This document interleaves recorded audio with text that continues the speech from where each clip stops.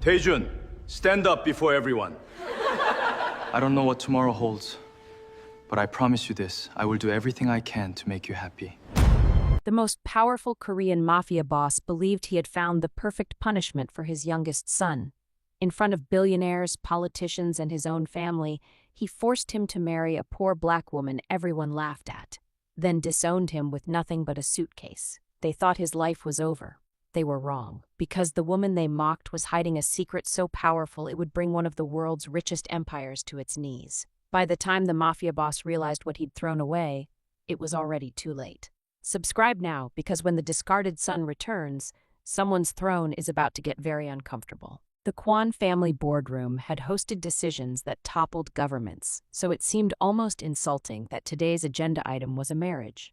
Taejun sat at the far end of the table, which in Kwon family geography was the seating equivalent of a Siberian exile, while his father presided from the head like a man delivering a eulogy he'd written with relish. "You've been seen," Songhwan said, "with a woman from Itaewon, a waitress." He said the word waitress the way other men said terrorist. "Her name is Amara," Taejun replied, and something in his voice made his older brother Min-jae smirk into his coffee. "I don't care if her name is Cleopatra reincarnated," Songhwan said. "You will marry her." The room went silent in the particular way. Rooms go silent when everyone realizes the punishment has just been mistaken for a threat and the target hasn't flinched. "You think that's a punishment?" Taejun asked. "I think," Songhwan said, folding his hands, "that by next year you'll be thanking me for the divorce papers." He signed away Taejun's shares that same afternoon with the brisk indifference of a man renewing a parking permit. The company registry updated within the hour. The Kwon Empire had, on paper, exactly one less son. His security clearance vanished. His card was declined at a restaurant he'd eaten at weekly for a decade, and the waiter's apologetic wince told Taejun everything he needed to know about how fast loyalty evaporates when it's tied to a bank balance instead of a person. Amara heard about her impending marriage the way most life-altering news reached her, secondhand, badly, and via her landlady. "They say some rich family wants you to marry their son as a punishment," her landlady said, delighted, the way people get delighted by other people's disasters as long as the disaster has good production values. "That's insulting," Amara said. "To you or to him?" "Both, mostly him. I don't even know how to use chopsticks made of actual silver." But when Taejun showed up at her restaurant that evening, no bodyguards, no driver, just a man in a wrinkled shirt who looked like he'd aged 5 years in one afternoon, she recognized something in his face she hadn't expected from a mafia heir, exhaustion that wasn't performative. "I'm sorry," he said. "You didn't ask for this. Neither did you, apparently. I have to marry you. My father thinks it's a life sentence." Amara wiped down the counter, unbothered, the way people are unbothered when they've survived worse humiliations than a billionaire's tantrum. "Well," she said, "at least the ring will be nice." He almost laughed. Almost. It had been a long time since anyone had made Taejun almost laugh. The wedding, when it came, was less a celebration than a public execution with a string quartet. Photographers Songhwan invited specifically to document the humiliation snapped pictures of Amara in a modest dress that cost less than the flower arrangements, while Min-jae and his younger brother Ji-ho stood near the back exchanging the kind of smirks reserved for men who've never once had to work for anything they own. "Look at her," Ji-ho murmured. "Father really outdid himself." "She's carrying herself well, though," Min-jae admitted, "for someone standing in the wreckage of her own life." Neither noticed that Amara wasn't standing in wreckage. She was standing in a room full of people who mistook her silence for surrender, unaware that silence, in her experience, was simply where she kept everything they hadn't earned the right to hear. That night, in the cramped apartment that was now officially Taejun's entire net worth, he sat across from his new wife amid boxes he hadn't fully unpacked and a life he hadn't fully processed. "I have nothing left to offer you," he said. "No name, no money, no family who'll even return my calls." Amara considered him for a long moment, the particular, evaluating look of someone deciding whether a person was worth investing in, the way she'd once decided whether a struggling regular deserved a free meal or a gentle push out the door. "Good," she said finally. "Then we're starting from the same place. That's more honest than most marriages get." Outside, Seoul glittered on, indifferent to the quiet revolution beginning in an apartment too small to contain what it would eventually produce. Song-hwan, 3 miles away, poured himself a scotch and allowed himself the small, satisfied smile of a man who believed he'd just ended something. He had, in fact, only just begun it. 6 months of exile has a way of teaching a man things his father's money never could, like how to budget, how to cook rice without burning it, and how to recognize the exact sound a landlord's fist makes on a door when rent is 3 days late. Taejun had learned all 3. Amara had taught him the first 2. The third he'd figured out alone, standing very still behind a door, holding his breath like a man who used to own the building, now hiding from the person who owned it currently.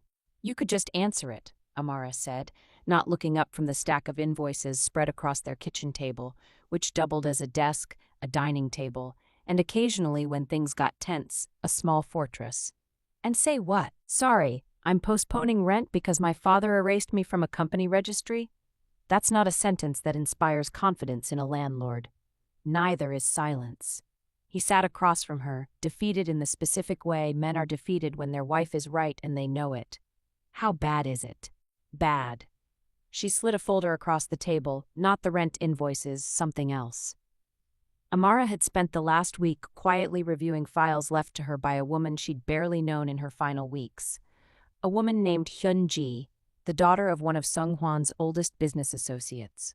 Amara still didn't fully understand why Hyun-ji had trusted her with any of it, except that dying people sometimes choose their heirs based on character rather than blood, and Amara had brought her soup every week without asking for anything in return.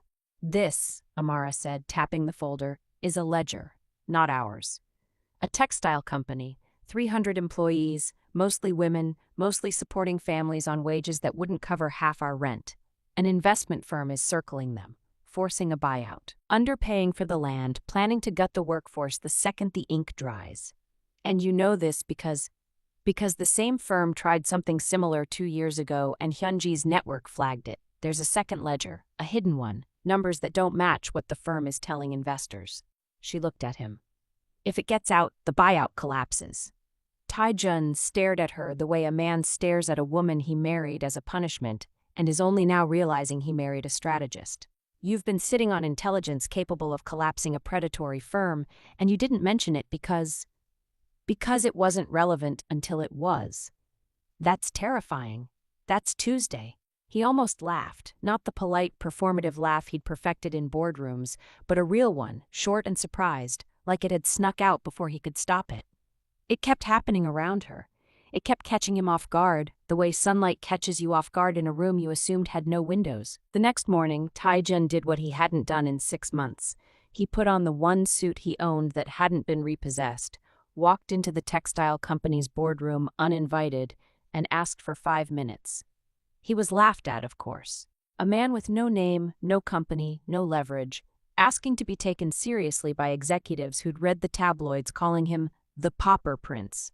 One of them actually offered him coffee for the road, the international language of get out.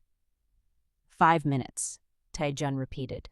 "Or I let the buyer's hidden ledger reach every financial journalist in Seoul by lunch." The room went quiet. He didn't have to bluff long. By that evening, the predatory firm's own falsified numbers, quietly surfaced through channels Amara had activated with a single, unassuming phone call, were circulating through exactly the right inboxes. The firm, facing exposure that would cost them far more than one small factory, backed off within 48 hours. 300 jobs survived. A factory that everyone assumed would close by Friday reopened Monday under new, honest terms. It was a small victory in the grand scheme of Seoul's underworld economics. It was, however, the loudest thing that had happened to the Kwon name in years, and it hadn't come from inside the empire. It had come from the son the empire discarded. Here's a question for the comments. If the world stripped you of everything, your name, your money, your seat at the table, but left you with someone who believed in you anyway, would that be a loss or the first real thing you'd ever owned? Because in Sung-hwan's world, loyalty was bought. In Taejun's shoebox apartment, it was the only currency left, and it was outperforming everything his father's empire had built on fear. Word reached Songhwan by dinner. He was mid-bite of a meal he didn't taste when his assistant, Director Beck, cleared his throat with the specific delicacy of a man about to ruin someone's appetite. "Sir, the textile situation, it resolved." "Good. Handle the paperwork. It resolved because of your son." Songhwan set down his chopsticks slowly. The way a man sets down a weapon he suddenly realizes he might need again. "Which son?" "Tae-jun, sir." The silence that followed was the kind that used to precede men disappearing from Seoul entirely. Songhwan said nothing for a long moment, staring at his reflection in the dark window, searching for the joke and not finding it. "The Pauper Prince," he finally said, tasting the tabloid nickname like it had gone sour, "just cost an investment firm a 9-figure buyout using nothing but a phone call." "Yes, sir. Somewhere across the city, in a shoebox apartment that smelled like burnt rice and quiet victory, Tae-jun poured 2 cups of cheap wine and handed one to his wife. "To Tuesday," he said. Amara clinked her cup against his, smiling the specific smile of a woman who'd just watched an empire flinch for the first time and fully intended to make it happen again. Neither of them noticed Director Beck, 2 floors below Songhwan's dining room, quietly closing a laptop containing a ledger of his own, one considerably darker than anything Amara had ever uncovered, and one that would soon prove far more dangerous than any factory buyout. Director Beck had been with the Kwon family for 11 years, which in mafia years was roughly equivalent to a lifetime appointment to the Supreme Court, minus the robes and plus significantly more plausible deniability. He'd started as a driver, then a bookkeeper. Then the man Songhwan trusted with the ledgers too sensitive for even his own sons to see, which Baek often reflected with the dry humor of a man who'd learned to laugh privately at everything, was less a compliment to his integrity than an insult to his ambition. Nobody hands you the keys to the vault because they respect you. They hand you the keys because they've calculated, however wrongly, that you're too small to steal from them. Songhwan had calculated wrong. For 4 years, Baek had been quietly redirecting funds into a rival syndicate, the Cho organization, a group Songhwan had spent decades treating like an irritating rash rather than a legitimate threat. It hadn't started as betrayal exactly. It had started as insurance. A man doesn't survive 11 years inside an empire built on fear without understanding that empires fall, and when they fall, they take everyone standing too close down with them. Baek had simply made sure that when Songhwan's empire eventually cracked, he wouldn't be standing underneath it. Then insurance became appetite, and appetite, as it always does, became a plan. "The numbers are clean," Baek told the Cho Syndicate's representative over dinner, a private room in a restaurant that didn't appear on any map worth trusting.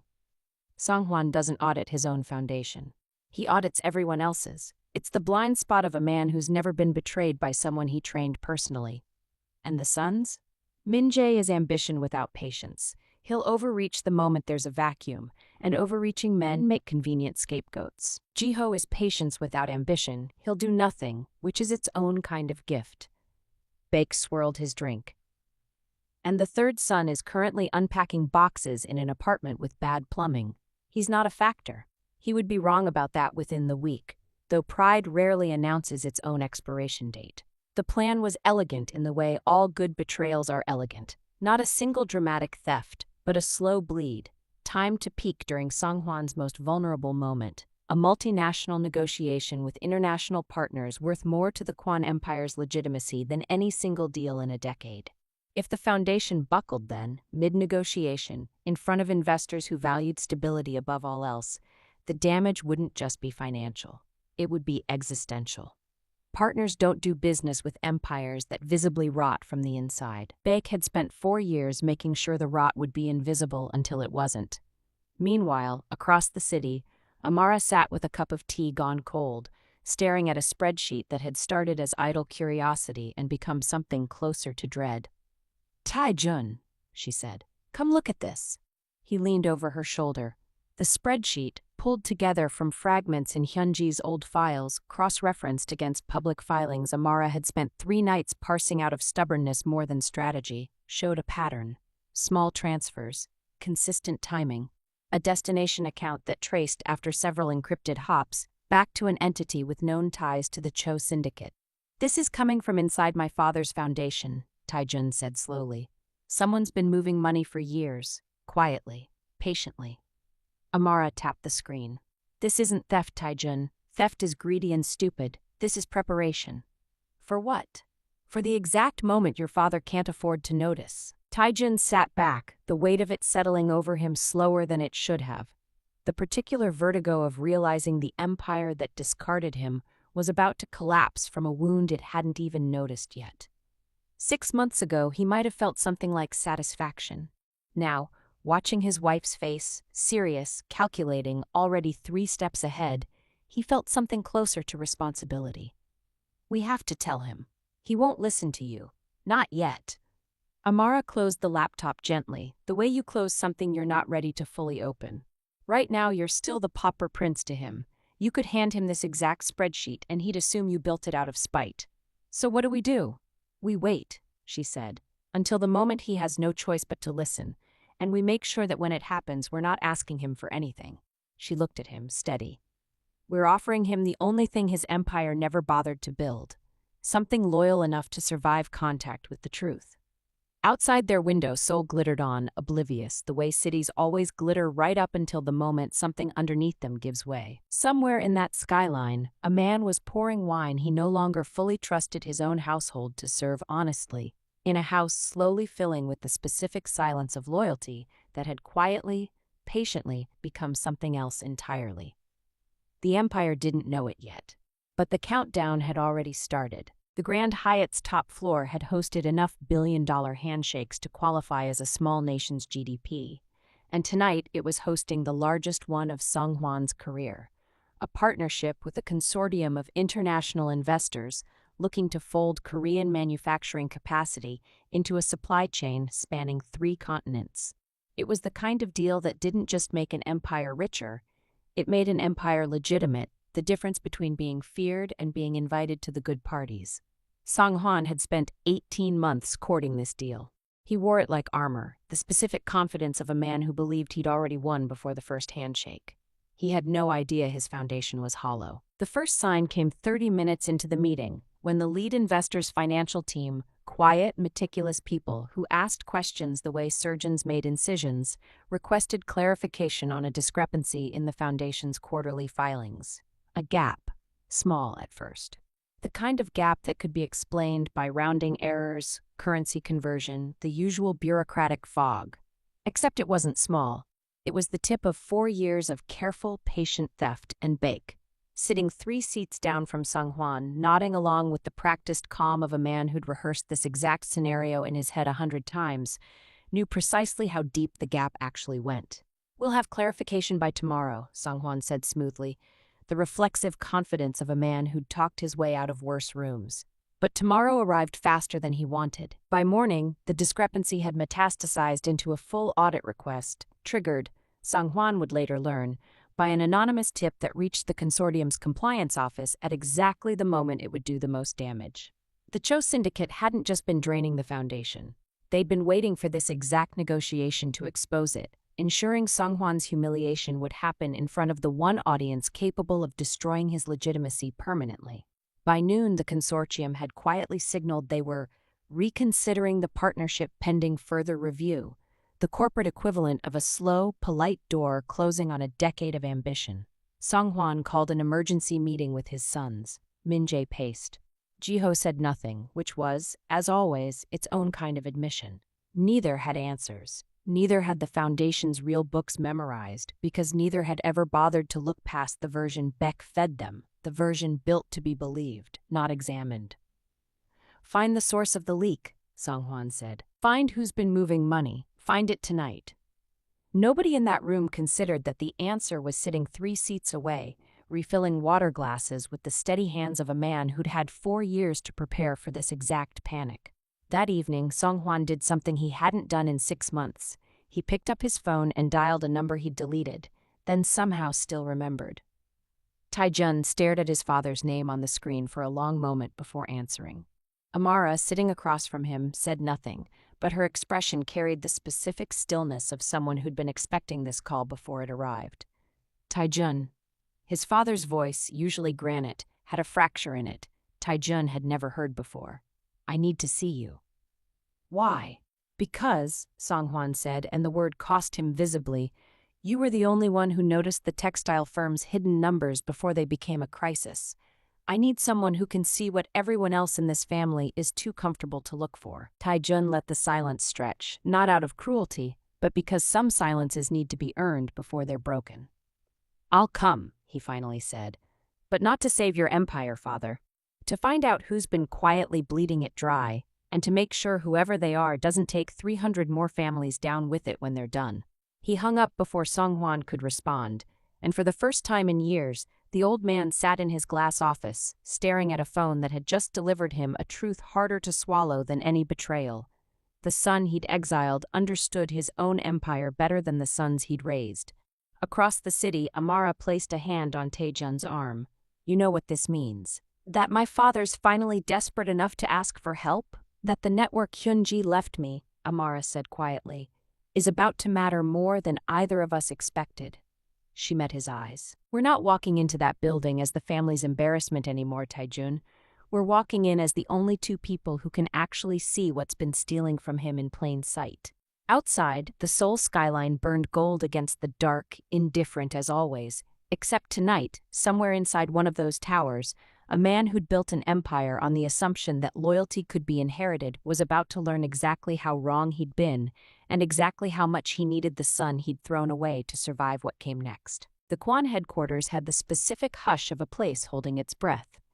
Employees who'd spent years perfecting the art of looking busy while gossiping about the family upstairs were now genuinely too nervous to gossip at all, a first in the building's history.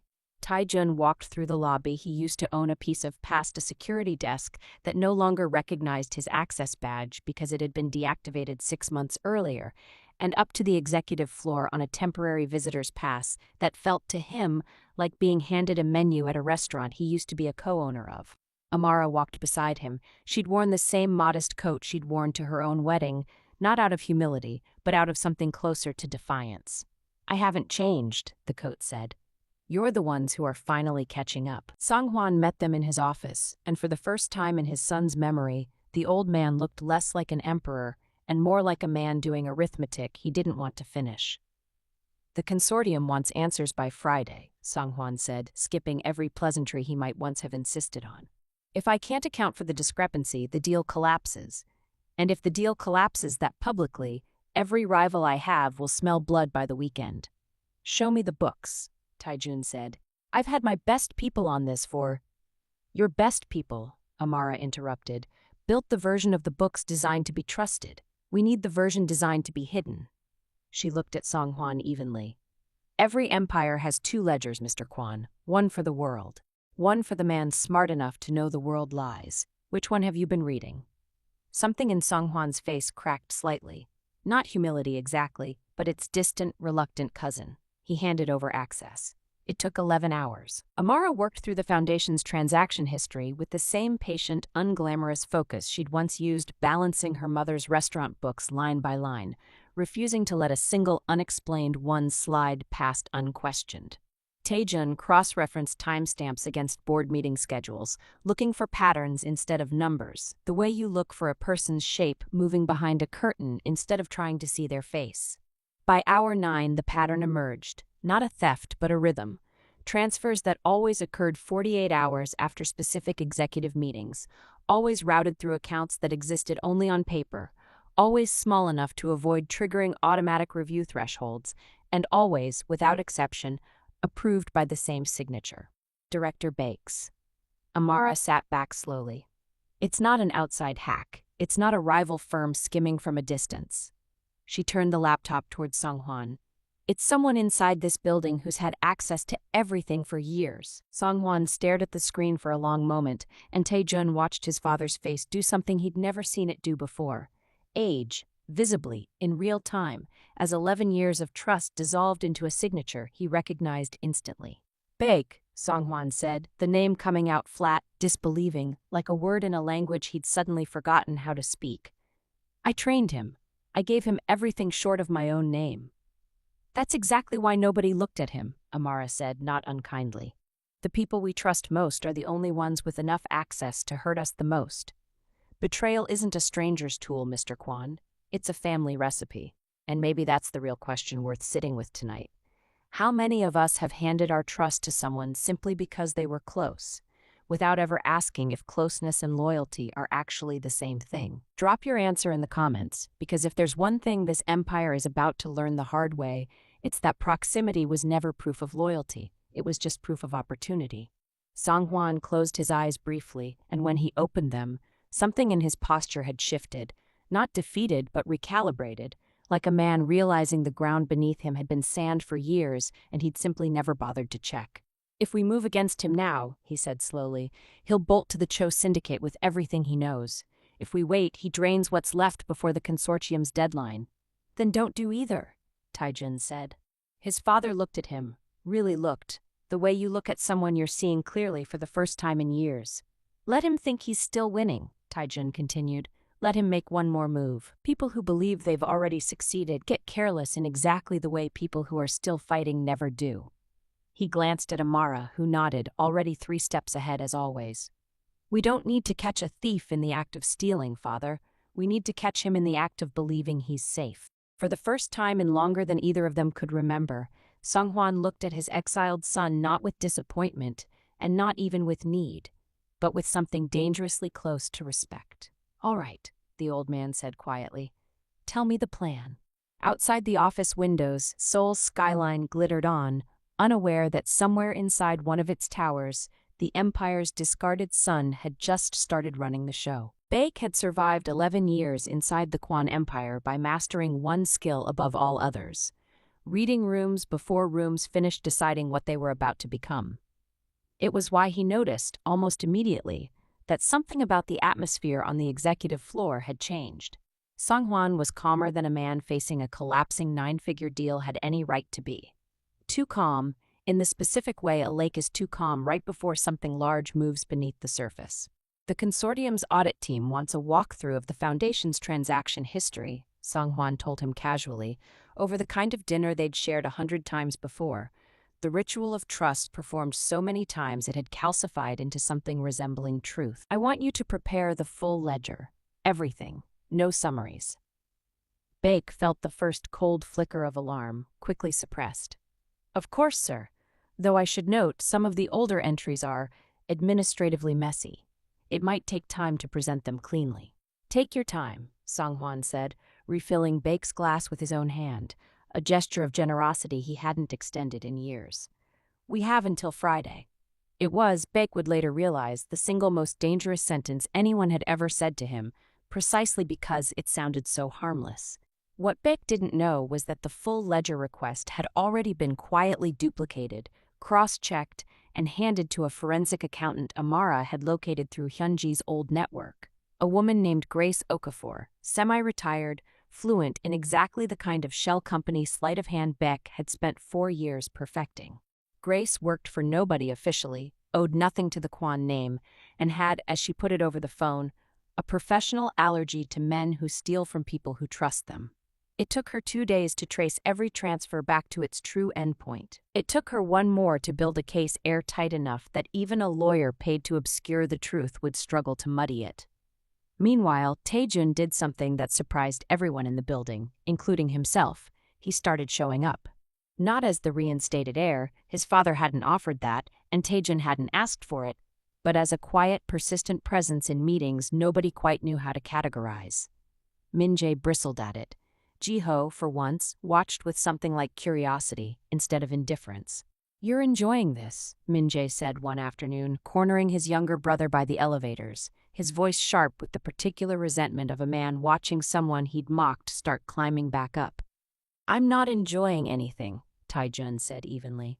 I'm making sure 300 more families don't lose everything because this family couldn't see a thief standing in its own kitchen.